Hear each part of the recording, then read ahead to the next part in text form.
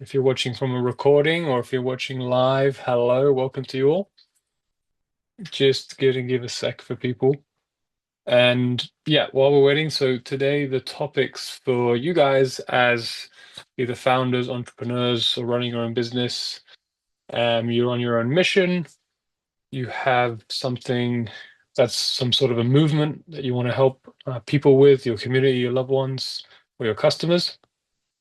This is going to be a session on how you can excel personally and personally develop a level of excellence in your own mental architecture in your own life so that you are able to bring that into your business, into your movement, into your clients' lives, into the people that are in your circles. So, looking forward to this one and looking forward to hearing what comes up for you. We're going to do a little bit of conceptual, speaking through some conceptual work right now, followed by some Q&A.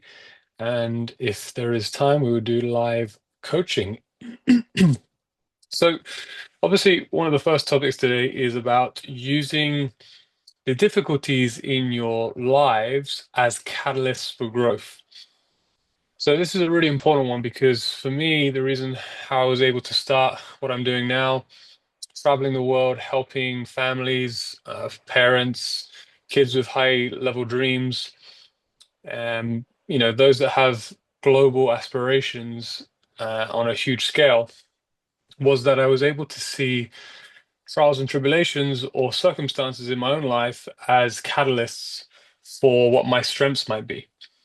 And one of the first catalysts of my life was obviously my parents having a divorce. And during that time, I was having so much momentum and I guess foundations laid for what was happening at the time in my life, which was to be a professional tennis player.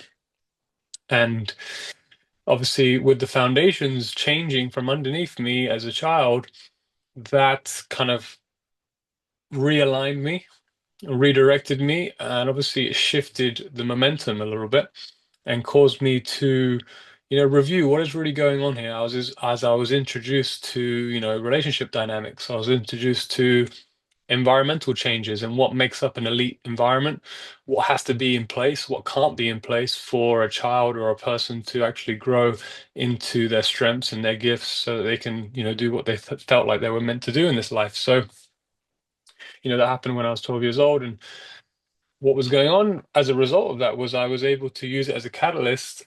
I was able to do something called rejection, which is not something that we gain access to until around the ages of, I want to say for people, it could be as early as 3 years old, but obviously, as you come into your own being and autonomy, which does start around 18 months to 3 years old, you begin to gain the ability to reject ideas, reject thoughts, reject concepts from the world. And I rejected the fact that there was a lot of pain and suffering going on in my environment, but I didn't identify with it, which I'm fortunate that I didn't because otherwise, who knows what might have happened, right? So I knew that that wasn't for me, that wasn't my path to go down. And by virtue of being in an environment that was disrupted, that was the catalyst for me to realize what I'm doing today, which is to build environments that are based on elite concepts, excellence, excuse me, and to actually foster those environments for people where they don't have that already. So if I hadn't gone through that experience in my childhood, I wouldn't have been able to, go across all the continents and deliver that type of environment to other clients, to founders, to business structures and corporations, or even small set family environments, athletic environments.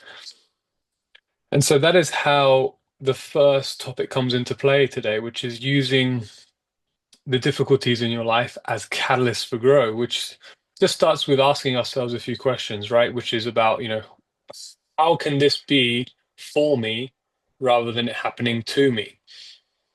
And when we begin to ask that question, we can start to find the silver linings. We can start to draw power from the situation rather than be a victim from it. And we're going to start drawing upon the resources that are naturally within us, that are in, that come with us in this lifetime to be able to tap into and ultimately express as an experience we want to go through. Many of us want to be a leader, we want to help others, maybe we just want to have a nice lifestyle, whatever the case may be for you guys. And to be able to activate that mission, we would have to look at everything as an opportunity for growth. So, catalyst for growth. It could be, don't condone any of the things that might have happened in your childhood or in your experiences to happen again. What we're looking at here is how can we take them as a catalyst to help us move forward, because all these events we're talking about as difficulties, they've all happened in the so-called past. And our narration, our description, or our conclusion of that event is going to shape the type of mental world we live in and operate from going forward. So if we haven't reconciled those experiences as opportunities to grow and as catalysts to develop, then chances are we're doing what a lot of people get lost in, which is that we think something happened to us, it disabled us, and so we're trying to live our life now to make sure that isn't true anymore, even though those narrations are not true to begin with. They're just conclusions we made up from potentially when we were 5 years old, 12 years old, and we haven't challenged the validity of them. Challenging the validity of them is important because we, as adults, and aspiring, whatever the case may be for you guys, leaders, parents, coaches, founders, we would have come up with these conclusions from the lens of a child. So when we haven't challenged that lens, that means we're still operating from an old dated lens. We're just 20, 30, 50 years on. And we think that's normal. And this is where the ability to reject things comes into play, right? So if I begin to reject that this notion of maybe I'm not good enough or good things are not meant for me, instead of accepting that as a truth. So the difference between rejecting and accepting there is I would have gone on to have a life full of trying to disprove that I'm not good enough, rather than reject that I'm not good enough and get on with what actually I do want. So this comes to the next point, which is about focusing what you want versus what you don't want. Focusing what you don't want, you can still get lots of success with. You can be driven by that, and focusing on what you don't want is actually a polarity that we need to supply contrast in our life. If there's no contrast, then we don't know which way is left or right, up or down. But what tends to happen is people become misidentified with the negative polarity, the victimhood, and they live from that, trying to disprove it all the time, which begins to make us create effects, the effects and byproducts of that, which is a lot of effort, stagnation, frustration, which are all, by the way, useful polarities that if we can transmute them can help us. And this is what, people on the kind of negative polarity end up doing, is they use those, but it's still in the confines of I'm not good enough. So there'll always be some sort of invisible ceiling there.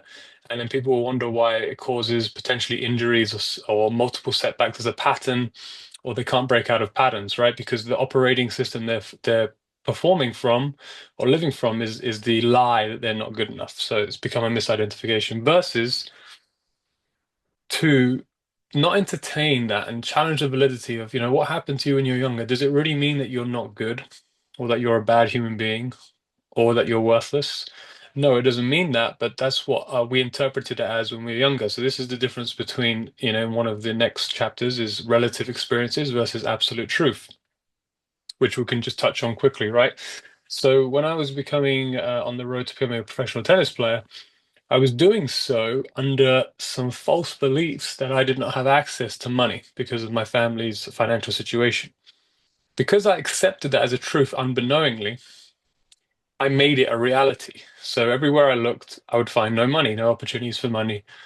Also, my attention was not fixated on how to get sponsorships, how to brand yourself, how to present yourself, and how to develop contacts that will believe in you or propose a profile for yourself where people feel you're attractive to invest in. None of those were coming to my attention, and I found out years later that the reason why is because I was rooted in a belief that money wasn't accessible to me. So I had to find a way to navigate life through that belief, and you can see how limiting that is. Now, what I spoke to you about a second ago is about negative polarities. So you could see that as a negative polarity, but about who we truly are, because we have a choice to change from negative to positive, and who we truly are is really boundless, timeless, infinite possibilities, we are going to be drawn to disproving these lies. And that helps us use the negative to actually push us into the positive. And so what I did was use the fact that I was believing a lie, that money wasn't accessible to me, to make sure that I performed in an impressive manner. And even though that's still based in limitation, right? So that means that your value is only dependent on your performance, which you could say in some business and sports worlds is part of the game. You perform well and you get rewarded, right? So I ended up taking my preparation very seriously, my performance very seriously, making sure that I performed when it mattered, that I was presentable, professional, that I covered a lot of tracks.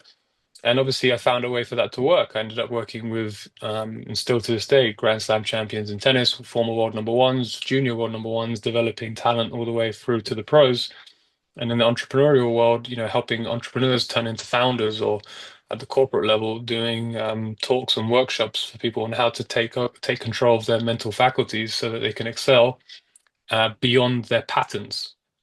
However, because it's a negative base that I started from, which was a lie, there's always going to be limitations on that path. So it would become exhausting for me to live a life that was based on however I perform is going to be what my value is. So I'm sure some of you may have come across that. You attach your value to your performances.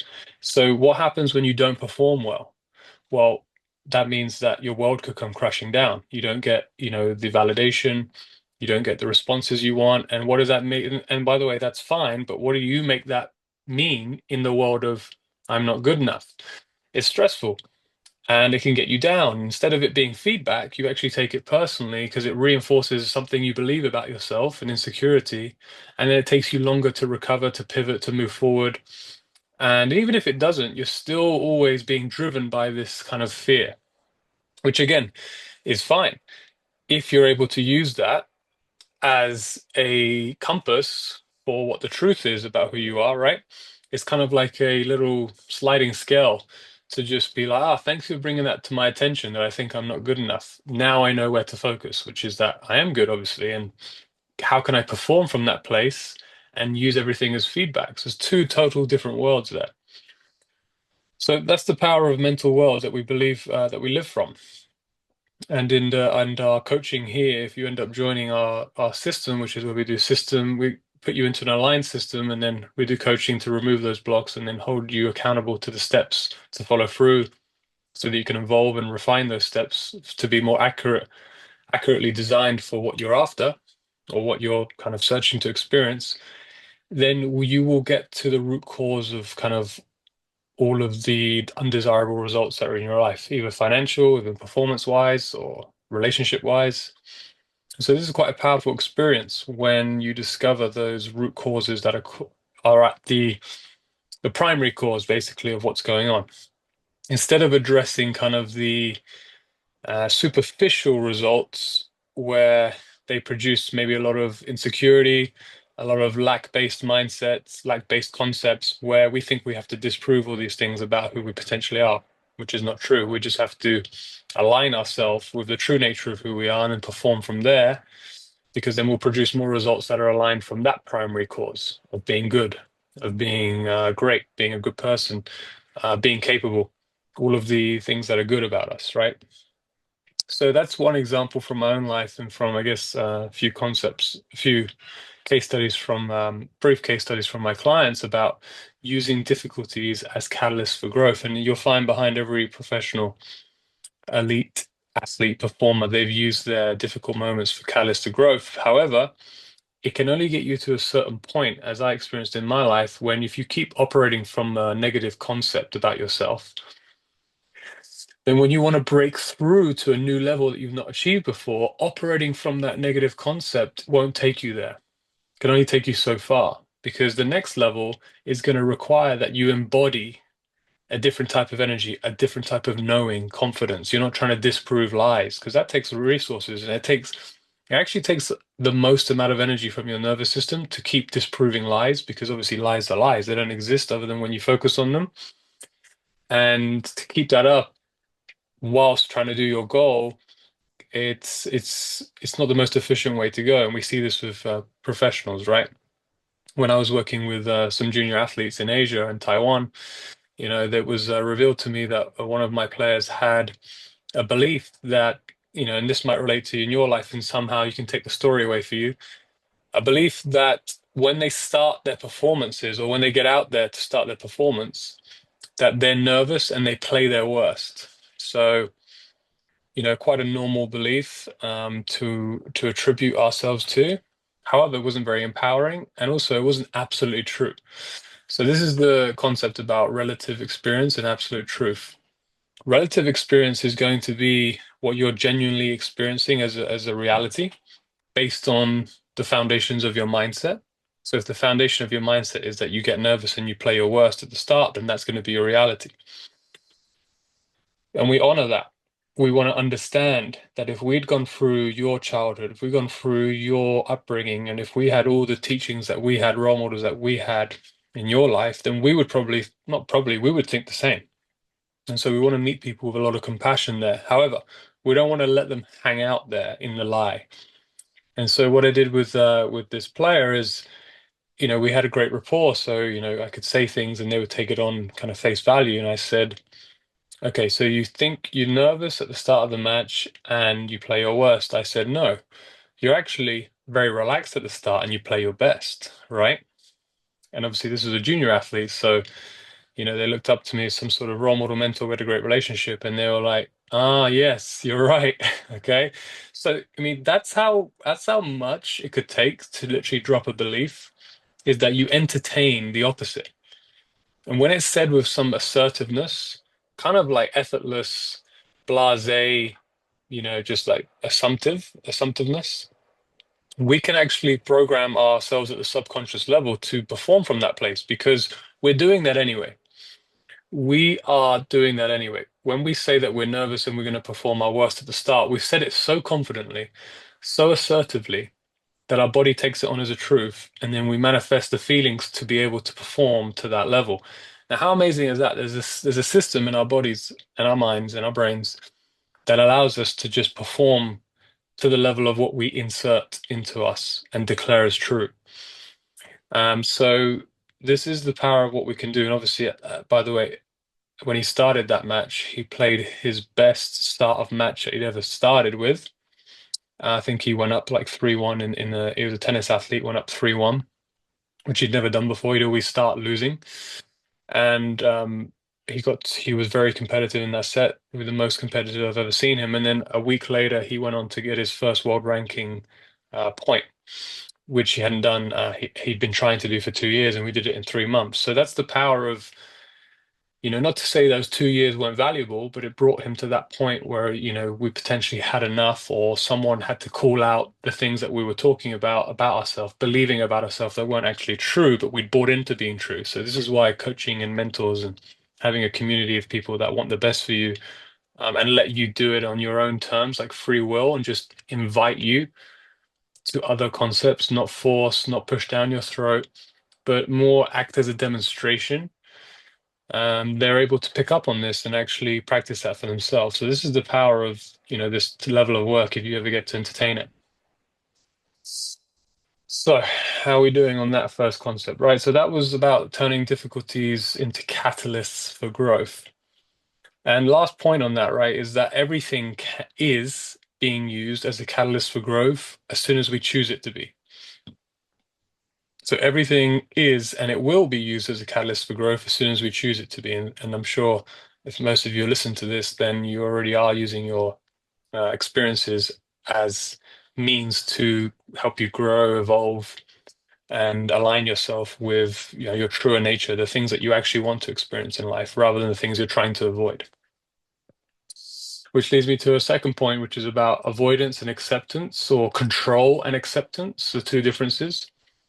So when we're living in this limited world, limited mental world that we kind of develop for ourselves through narratives about who we are, conclusions we made when we were younger that haven't been challenged, and then we buy into that, and then we build a world, an empire upon that.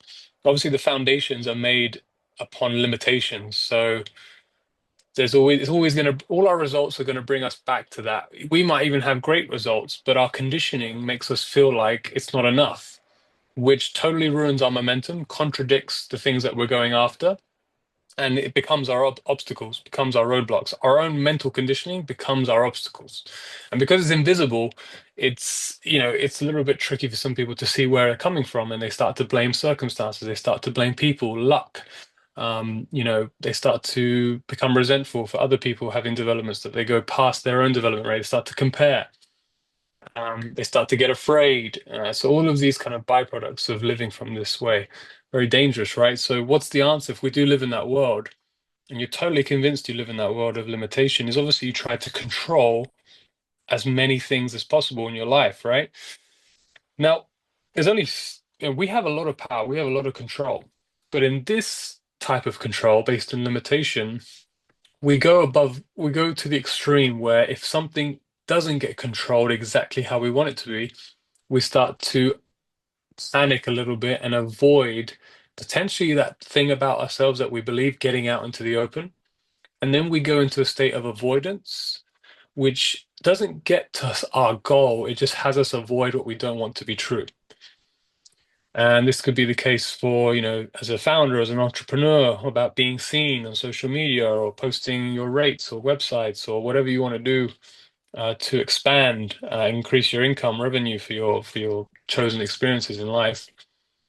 This is where we start to see an avoidance tactic and why we don't get the results we actually want, and we just get things that are kind of subpar, or we stay the same and we don't grow and expand. It's because we go into states of avoidance out of fear, because we're so bought into these limiting narratives, rather than just focusing on what we do want, what we've chosen to experience for our life, and going for it and using feedback on how to kind of align with that. We're not driven by fear on the alignment side. We're driven by inspiration, pure possibility. We're driven by this is possible. We know this is possible. In fact, it's already done in the future. I just have to align with the steps that make it so. And this is, from my experience at least, difficult when you don't have a spiritual foundation to your growth, to your development, to your business. And what I mean by spiritual is not maybe what most people mean. I mean the abundance mindset. That's pretty much what I mean by spiritual, is that you understand the truth, that you let the truth, be expressed within you, that on a spiritual foundation, everything already exists via imagination. So if you can imagine it, then it's already been created. There's a form of it already been created. And all we have to do is believe it's already been created. It's already so. And in fact, we're already on that path. And we are the person who's already created that. Now we're just experiencing that journey. It's almost like saying if you knew that money wasn't an obstacle, if you knew that losing this match wouldn't matter for the total outcome of your goal, how would you perform? How would you play? How would you react? See, our reaction would change. And so once we operate from a spiritual foundation of abundance, then we don't take things personally. We don't kind of the reactions become less polarizing. Not to say that reactions aren't good or bad. It's just that we want to be able to maintain a continuous forward momentum, so that our efforts compound, our actions compound, because that's how everything works on Earth, right? There's a process to everything. It takes 9 months to have a baby. It takes 90 days to grow carrots out the ground. It takes around 21 days to change a habit, depending on what habit, right? So everything follows a process here, and anything that takes us off the process is obviously misalignment. So misaligned kind of reactions, perspectives, perceptions can hinder us, but in reality, it never hinders us, right? It's all part of the process, part of your personal process. If you do end up going off track of that kind of 90-day process, 21-day process, 9-month process, then it's giving you feedback on how to get back on track, right? And that's so you learn for the next phase of the process. So really nothing's ever going wrong in our lives, even though it appears to be. But what this talk is about efficiency. Because at the higher levels, efficiency is what matters, right? Because if we give people in sports opponents more chances to kind of take the lead because we're too busy in our reactions about negative lies that don't even exist, then we're not present for a second, and then they take the lead, and then we kind of learn from that and we come back. But potentially at that level, the execution level so high that you don't get a chance to come back in that match, maybe the next tournament, right? And these things all cost money. So everything is kind of stacking up every time we kind of give into these lies. So the part of that we're talking about now is about control versus acceptance. So when we try to, just to summarize, when we try to control everything, and if it doesn't go our way, we kind of freak out because we go into a story about what it might mean. I remember actually a player I was working with whose first serve percentage in tennis was going down in the most important moments, but they were winning against top players in the world. But when the serve percentage went down, they got into a story, a reactive story about what that means when it really didn't mean what they were thinking. Um, their performance dipped, and they gave the advantage or the opportunity for the opponent to have an advantage. And then the opponent was obviously an elite level performer, took that advantage because they were being present, waiting for that moment. And then the player that I was working with couldn't recover in time in that match. So this is the costs of kind of living in the internal narratives, where if we're not in control of everything, we go into a defensive manner and we stop being present, right? So this could be costing us millions, could be costing us Grand Slam opportunities if you're in that world, could be costing us meetings with important people for our businesses, um, could be costing us how we show up in environments, our body language, for people saying yes and no to us. And it's all good, right? That's what we want to remember. Like the yeses and nos are all good. We're just in the business here of efficiency and alignment so that we can use the data to align us, to use the data to make us more efficient, not to get into negative spirals. And even if you do get in negative spirals, that's also a catalyst for your growth. Not to repeat the catalysts, okay, that's what we're here for, not to keep repeating to need the catalyst, even though that's what some of us do need. It's all good. So acceptance or allowance is more that if something is happening and bringing up some sort of emotion in us, is to allow it. Because when we resist it by going into stories of consequences about what this might mean and what that's going to mean if I do that, if I get behind, or all these kind of narratives, right?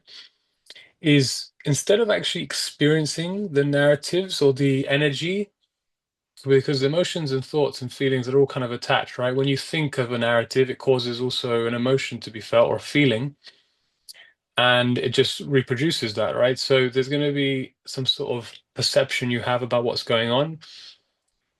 And the question here is, can you be with that?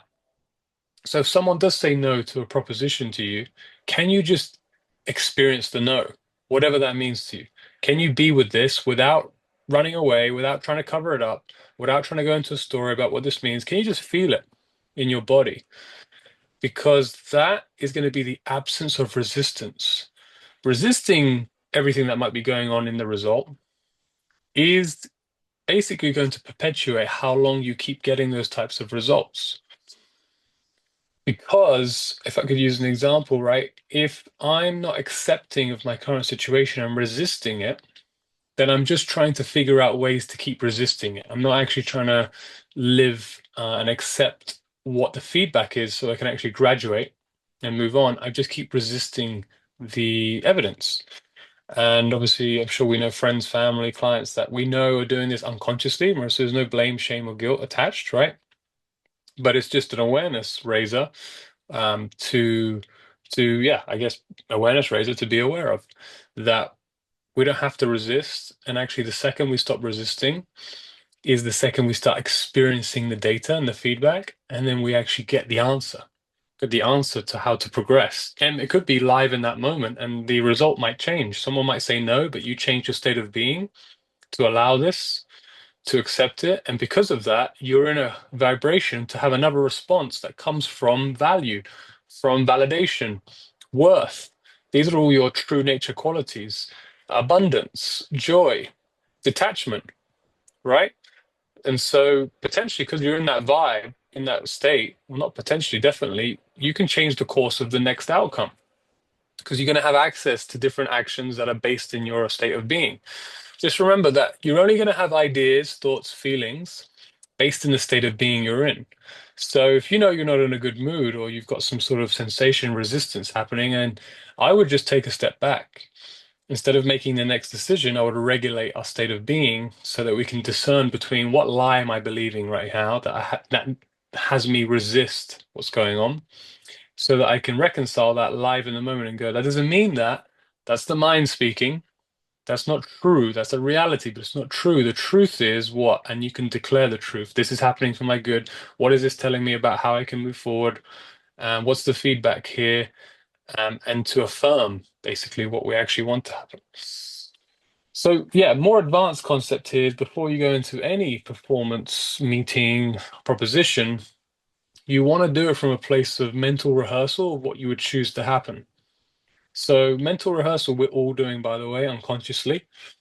Mental rehearsal, we're all doing unconsciously, meaning we're always thinking of an outcome we think is going to happen, whether we know that consciously or not. Our job here is to make you conscious that you're doing it so that you can actually start to rehearse what you'd like to happen. When you do that, you put your body and nervous system in this vibration of the outcome you want, and you begin to show up like that. You begin to receive ideas from that place. Your body language changes, your tonality changes. And the more specific you can get about the rehearsing outcome happening the way you want, the more details you're going to get. Excuse me, the more details you're going to get about how you might want to show up. If that is a truth that someone is accepting a proposal, if the match is going your way, how might you have been showing up to produce that? So this is a great tool to be able to align us with stop trying to control everything and resist things instead of accepting and allowing and then actually rehearsing and affirming what we want to be happening, what we choose to be happening. So I hope that helps you on the second concept for today. So the first one is about using difficulties in our life as catalysts for growth. Second phase is about accepting those difficulties, allowing those difficulties to be present because there's lessons there. There's actually data, there's actually information that's useful for us to graduate out of them rather than controlling or trying to resist. Resist is a better word, trying to resist the situation. And that might be new for people. That might be new for people to not resist things. Because that's the defense mechanism that we've kind of been taught unconsciously. And it's our responsibility when we choose for it to be our responsibility to take ownership of our responses, to actually learn how to feel again, not avoid feelings. Also to not let the mind categorize what's going on as a recycling machine that we might have mental beliefs that we think what's going on in front of us is something that's totally not happening, right? And again, you probably have friends and family that you see them do this live in the moment, and it doesn't mean what they're making it mean. So we're all doing this as well. We just want to take control in a good way for what we're making things mean, to always be for prosperous, nothing to harm us, things for our good, how this can maybe be redirection or what this could be teaching us. What do I need to learn next? What will I do for next time? What is this revealed where I potentially am coming from?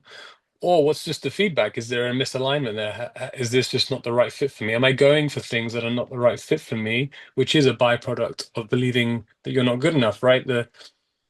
Got to remember, like if we have this kind of negative self, we can just call it the ego, even though the ego is also can be used for good if we train it, that genuinely is rooted in I'm not good enough.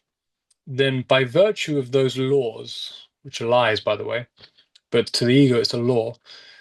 By virtue of believing that law, then you have to make decisions that are commensurate with believing you're not good enough. That means you have to have the wrong meeting set up. You have to have people reject you because that's going to reflect back to the ego what it thinks is true about the world, which is you're not good enough, right? So it's literally just a reflective game. Once we start to educate our ego about what's true and what's false in the world, we begin to develop a healthy character, a healthy avatar, you could say, in this lifetime that we choose to live from, not the one that the world has given to us. And if you're born on planet Earth, then by virtue of the first 7 years of your life, there is a lot of conditioning that we either are based in truth or they're based in lies.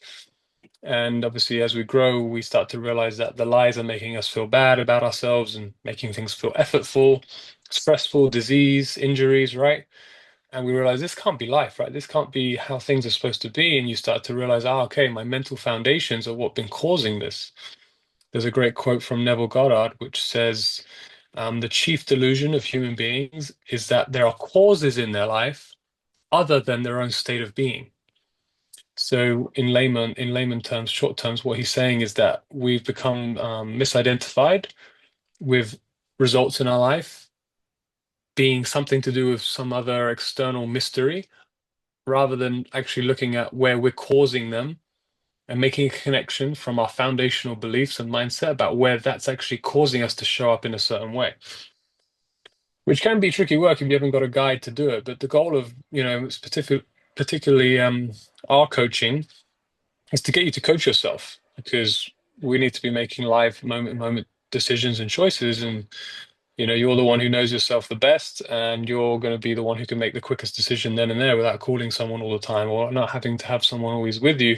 You actually have your own connective source to your own abundant state, your true nature, that can give you the right answers all the time if you choose to take on that. So that is the first two topics. The third one that we wanted to share today is about relative truth and absolute truth, which we already touched on. So, yeah, like I said in my story growing up, I believed I lived in a world that money wasn't accessible to me. So I made that real. I looked for areas where that was real, obviously not on purpose, not consciously, but you got to remember, whatever you feed and impress upon your mind, it's going to give you more of that. We have filters in our brain or on our mind. One of them is called deletion, which means whatever foundational mindset and belief your mind has been told or instructed or taken on as a truth, it will delete everything in your circumstances that doesn't give you more of that truth. And that's quite powerful, because if you give it actual universal laws and truths to abide by, it's going to give you more of that. So, yeah, I obviously made that a real experience. So that's what we call relative experience, right? Because other players in my situation did have money. So is it absolutely true that people don't have access to money who come from family backgrounds that don't have a lot of money? No, it's not true, right? There's sponsorships available, there's connections, private donors. We can create a brand now, and you could have done back then, since 2013. So it wasn't absolutely true, right? But it doesn't mean we don't honor the person's experience. We want to basically educate them and actually question the validity of the relative experience, especially if it's limiting. Is it absolutely true that you don't have access to any money? Because then we can start to, go through in our own lives. Where is it that we've been given money?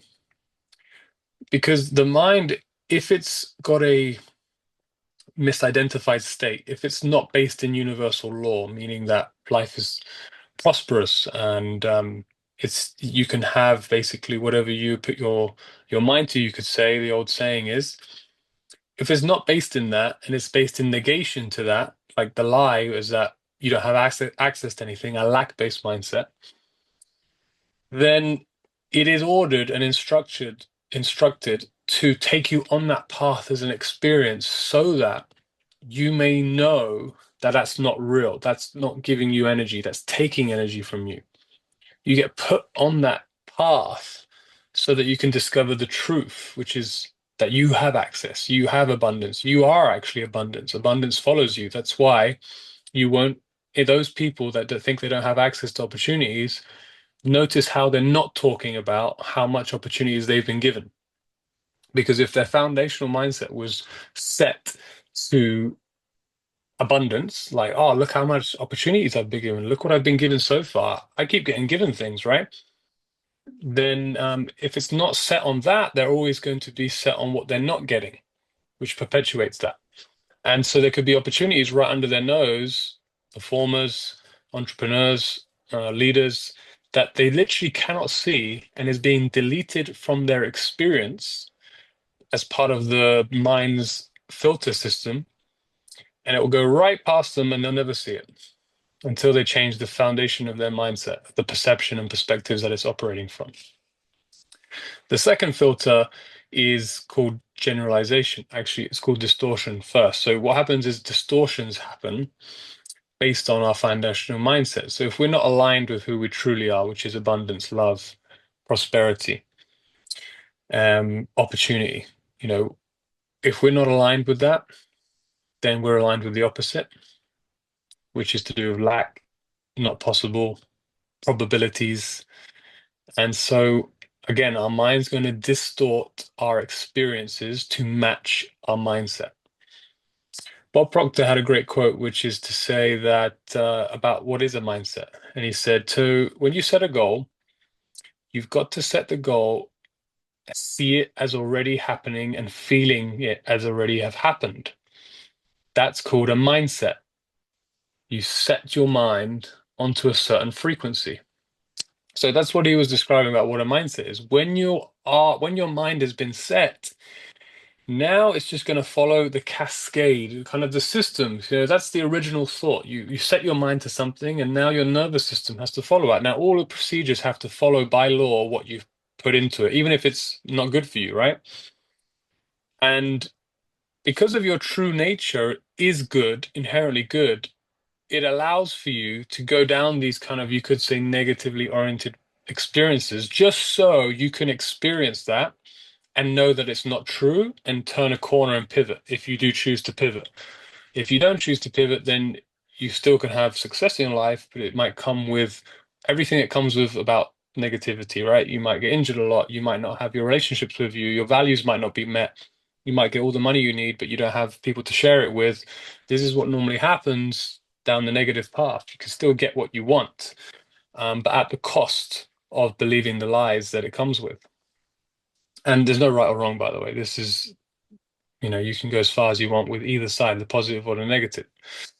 But the negative side can only take you so far before you feel a little bit kind of empty. You feel like there's nothing that you can do to fill this void of not enough.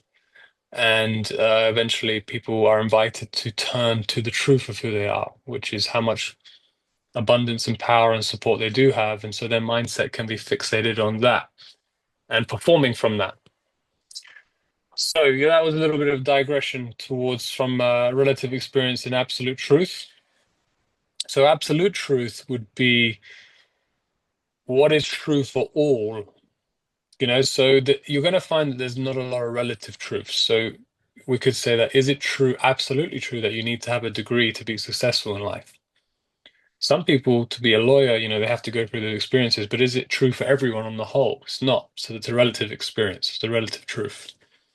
When you get tapped into kind of operating from a spiritual foundation, you know the true nature of you, who you are, that who you are was alive before you were born and will continue living after you die.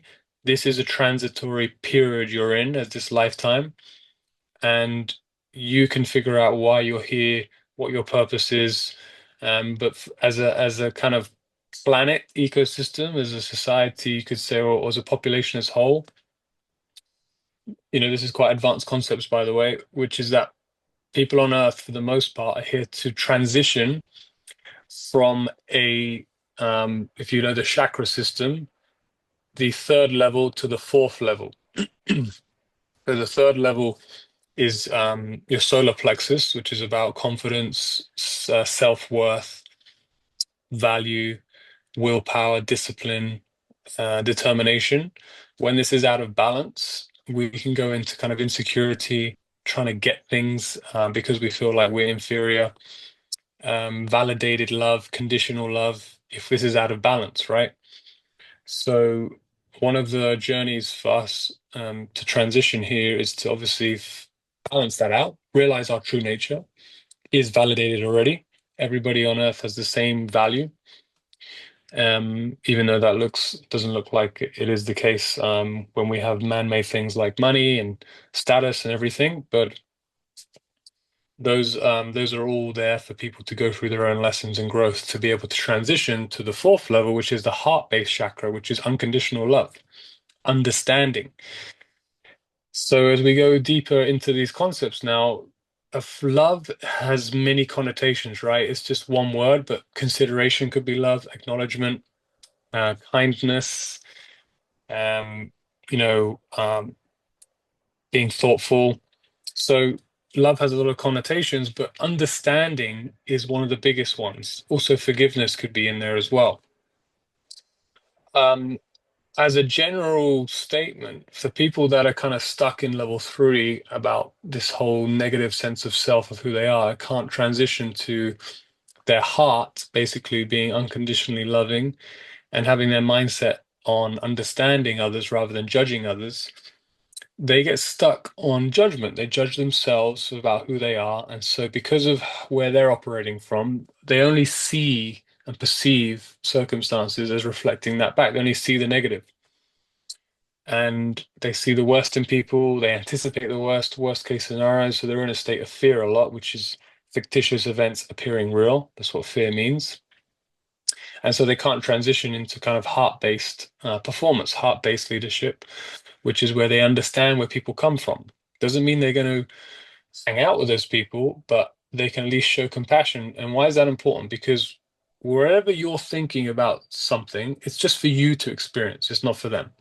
They're going to experience how you're thinking about them by virtue of how you show up. But when that exchange between you and them is finished, you're going to go on with your day, harboring those feelings and thoughts. They're not going to get it. So you're the one who ends up actually um, not benefiting from judging and not understanding people, finding ways to say, you don't agree with what they're doing. I mean, you can not agree with people, but to the point where it drags you down personally when you're not even around these people or you're not even around these situations, that's only hurting you, right? So this is what limits us when we stay in this kind of negative vibration.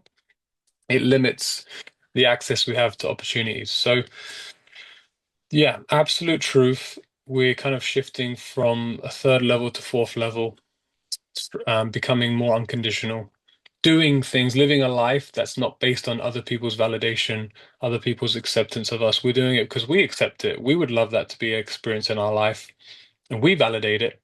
And it's good for us and it's good for the whole.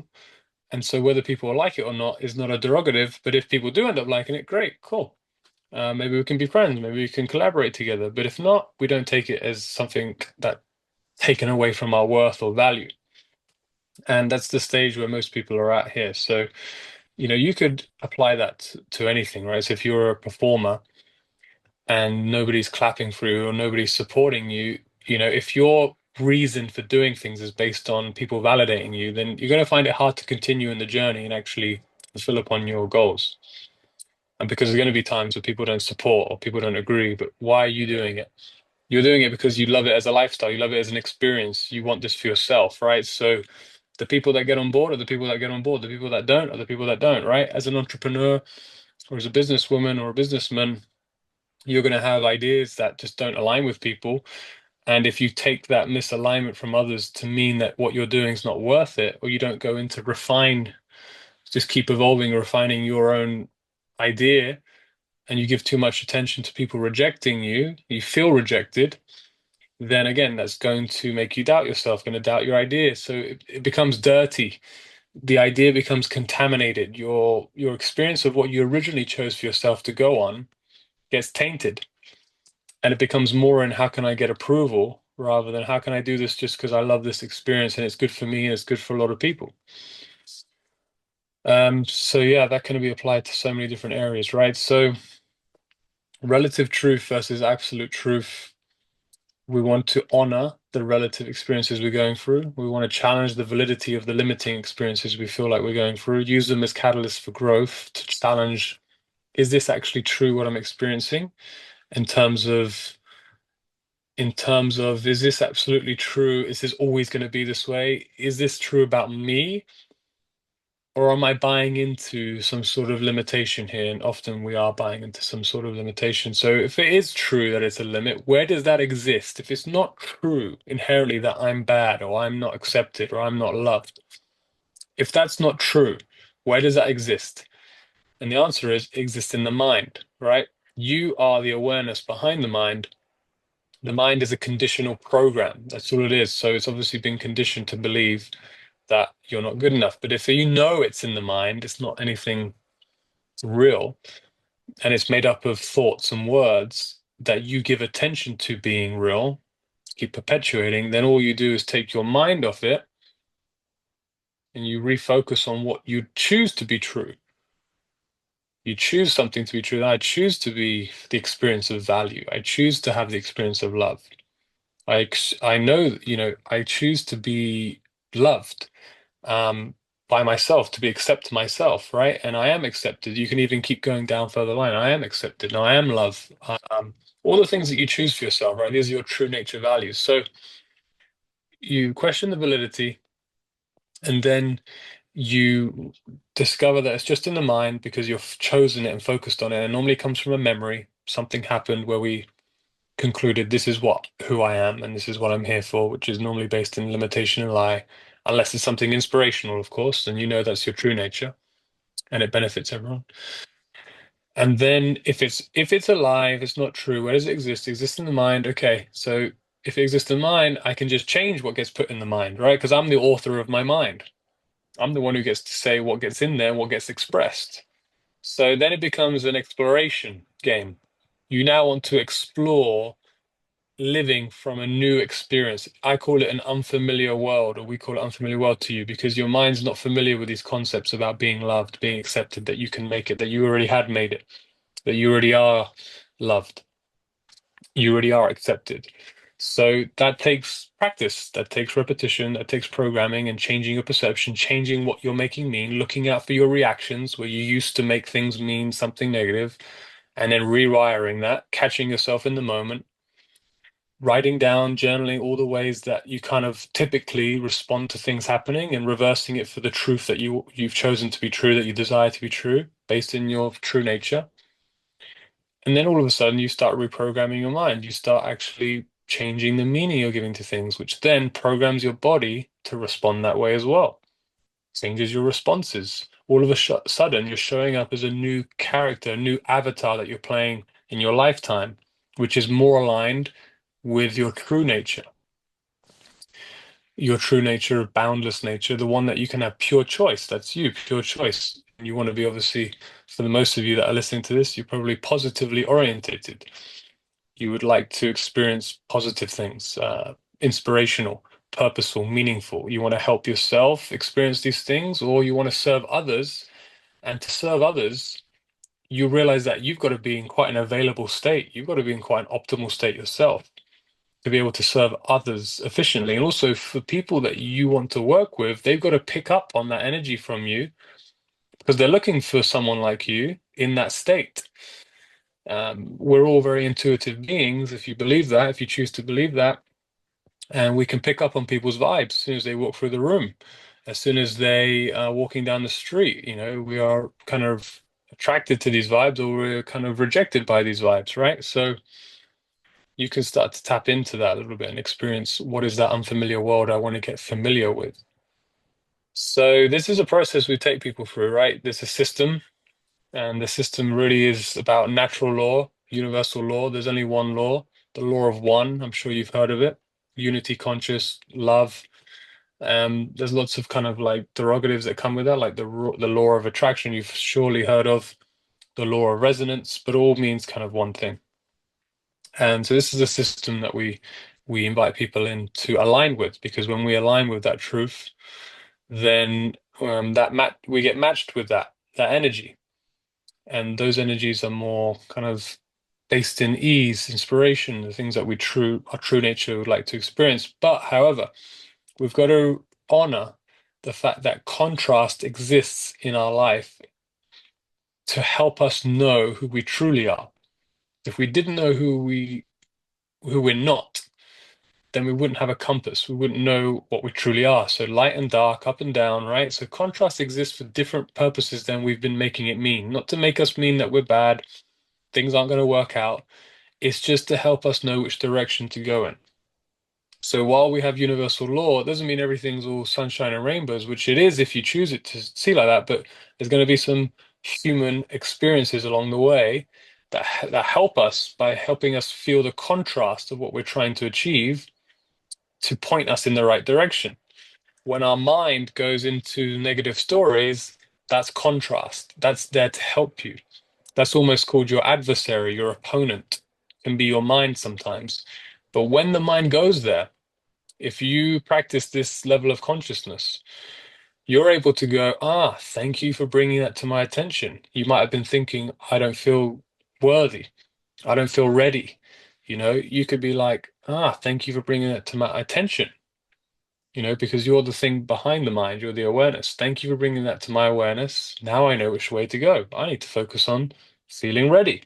I need to focus on feeling worthy because I wouldn't choose to live like that, not always, not feeling, ready all the time, feeling like I have to do more to then feel perfect to show up, or that I don't feel worthy. So I have to keep, getting validation to feel worthy before taking an action, or I need to have approval of others, right? So that's going to give away our power. So the contrast is really good for us, right? People will see the contrast as a negative, but everything has a negative and positive polarity. So that's our system. And then the coaching is about removing blocks.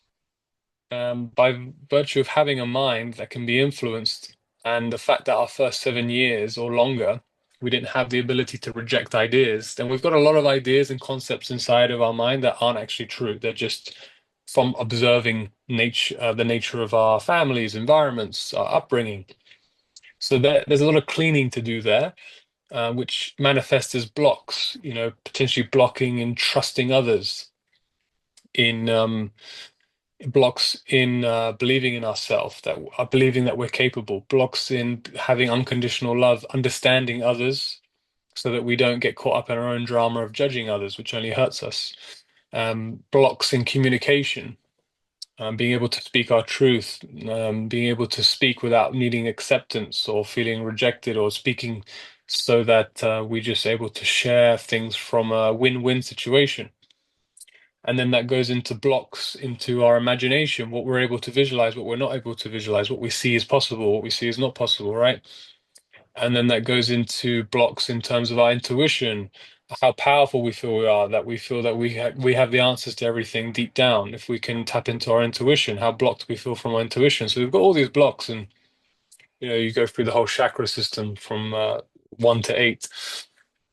And so coaching helps us to reveal our blind spots where we keep feeding into these things unconsciously. And the coach is there literally to give you the free will to say, hey, this is what you're believing right now. Did you know that? And we just repeat back to you what you've just said to us, and we give you an invitation. Would you like to still believe that? Would you like to act from that continuously? Would you continue on this path if you were given the choice? And if it's based in limitation, you probably most likely going to say no. And if you don't say no, that means you're not ready to end the suffering, which is fine. And we honor that. And that's part of your process to continue kind of limiting yourself, because you clearly your mind or yourself hasn't come to the conclusion that's not enough yet. You have to potentially go through more catalysts so it's more obvious to you, or not. So that's the role of the coaching, to help you, to invite you to make conscious choices and remove blocks, and to help you basically perform and live from alignment, freedom, possibility, ease, and also understand that there are contrasts in life.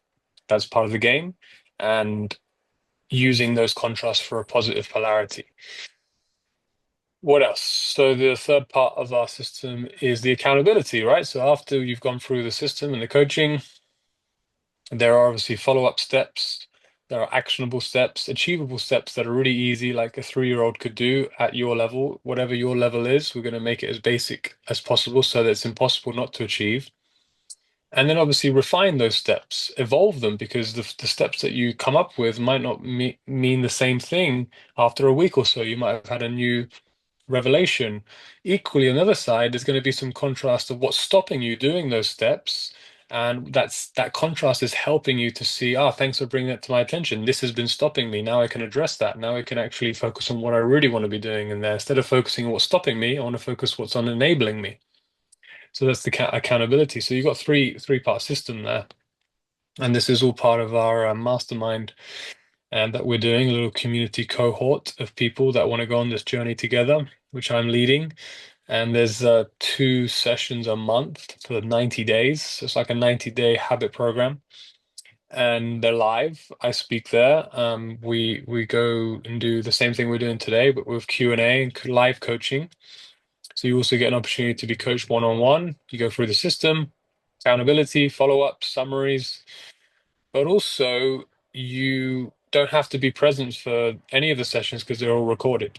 So if they don't align with your time zone, you can rewatch them and apply the concepts, apply the lessons and the reflections into your own life, and also get the summary notes so you can apply them to your next steps. And yeah, really excited about this because it's a journey that we do together, guiding you and giving you back kind of your sense of free will, your ability to consciously choose your life with others, and watching other people go through their own journeys. So they might share stories like I've shared about my own life today. And as I coach them out of those kind of limiting stories, as you watch live, that they kind of dismantle these lies that they thought about who they were, it's going to reflect to you also. The story that they're telling is definitely going to be reflecting a story version in your life. Might not be the exact same circumstances, but the underlying story of I'm not good enough, or how do I prepare for this? Or I'm not sure I can make it. I don't have enough qualifications, whatever the case may be. Um, Through their own reconciliation, you're going to get given the keys for your own. What's coming to your attention so that you can actually start to focus on what you want instead of the opposite, right?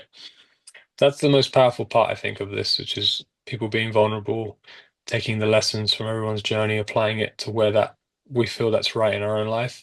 And obviously, this is all about your own discernment, right? To take away, even from this talk, take away what aligns with you and disregard everything that doesn't align with you. That's the whole name of free will and discernment, right? Taking back your power and operating from that place. And so, yeah, all the details are going to be in the chat here. If you get a copy of this, they'll be in the email. And yeah, just going to give you guys a little second. If you got any questions here? Don't think we've got questions today, but love to see what this aligns with you in terms of your next steps. And if you want to get in touch and be a part of the program, and then it's a 90-day program, 3 months, that you get access, not really 3 months, because you get access to all the recordings for 12 months. So it's like a whole year's worth of support. You're going to come back to them, to the recordings, even after you've kind of evolved past certain phases. The recordings are going to still mean something to you from a different angle, from a different perception. And obviously, there's going to be a private community group for those of you that go through the program. And if you don't go through it, I'm glad that you might have got something from here today, and that you go on your journey and align yourself with your true self, your true nature, which I'm sure that 100% that you are doing. So I will see you guys and chat to you in the future. Thanks so much. Bye bye.